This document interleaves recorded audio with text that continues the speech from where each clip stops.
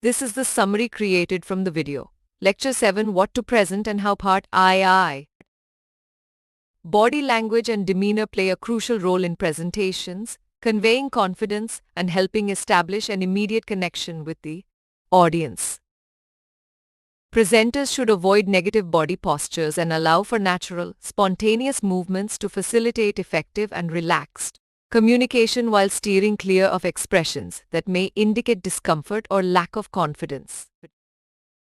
It is equally important to monitor the audience's body language for signs of disinterest or boredom and adjust the presentation accordingly.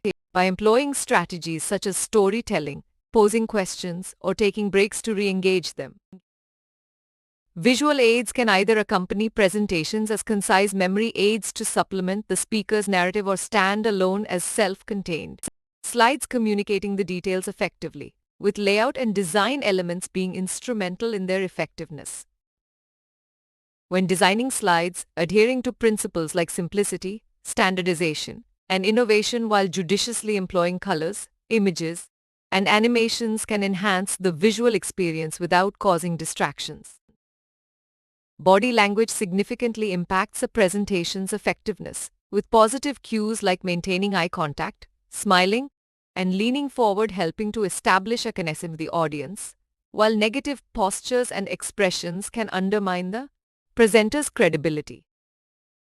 Furthermore, first impressions formed from a presenter's appearance and demeanor can create lasting biases, underscoring the importance of reading and responding to audience cues to sustain engagement. Leveraging visuals as memory aids while avoiding overuse, and following design principles to create effective visual slide layouts. Please stay tuned for more summary videos.